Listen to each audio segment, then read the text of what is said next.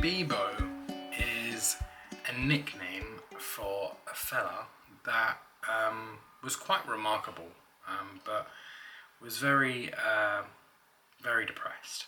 He was a guy that basically worked in the airport doing baggage, organising the baggage. Anyway, one day he came into work.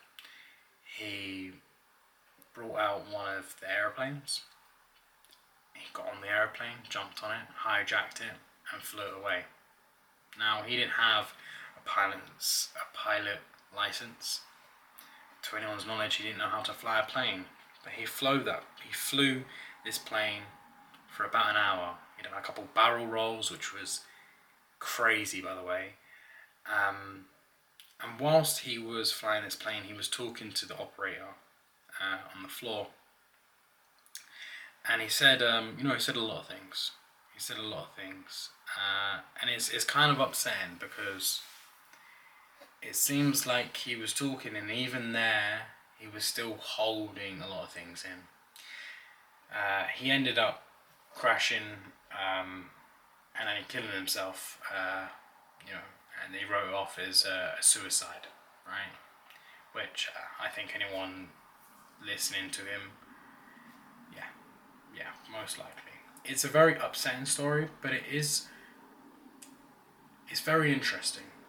It's very interesting. I think him being able to fly a plane by himself is crazy. And then on top of that, doing barrel rolls with a plane is crazy. With a plane that they really didn't feel like should be able to barrel roll or anything like that. He's asking the operator, "Oh, do you think this will, do you think it'll be able to?" And the guy's like, "I don't know." And he's like, "Well, how would you do it if you did do it?" Amazing. It's very impressive. A lot of people that flew the planes that knew what it was about, they all said that it was very impressive,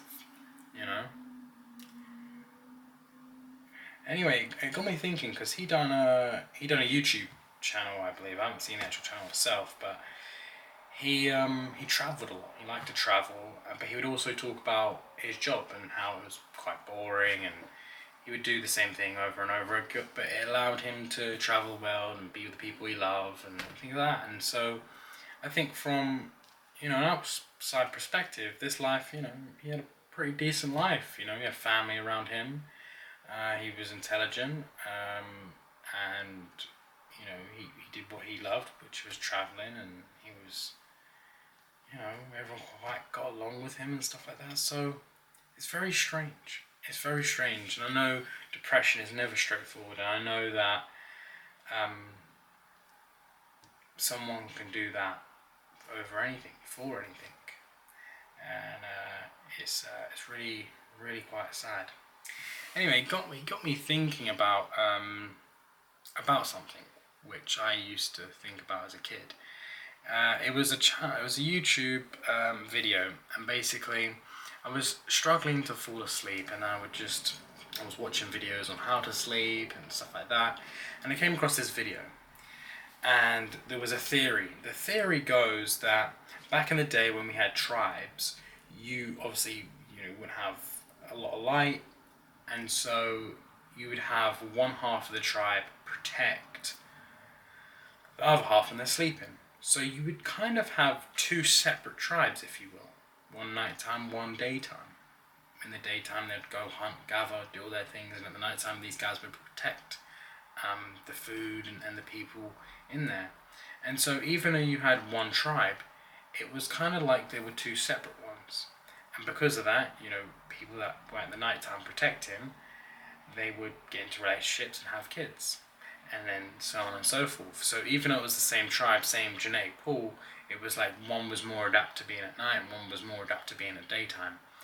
And so the theory suggests that genetically, some people just might be daytime people and some might be nighttime because they're of these day and nighttime tribes. Same thing for people that are like scared of heights, right? Your tribe, or genetically way back in the day, you might have been perched on a cliff or very rocky terrain, so naturally you just develop this fear of heights, and then it's passed down to train us to not go near heights, which would make sense. I mean, if I even look at my own family, my mother, my brother, and his son are all scared of heights. Anyway, it got me round to thinking about Bebo, back, full circle. And I was thinking, maybe he was just in a type of tribe, or maybe he felt like he needed to travel. And because he was in this location where so many people were traveling every day, going places, seeing things, and for the majority of his life, obviously he did travel, but for the majority of his life he was just sitting there, bag after bag after bag. Maybe that just destroyed him in a way, and maybe that he was someone that should have, or was meant to be a person that travelled and saw things, and he needed to be more free, and that's why he gravitated towards flying a plane.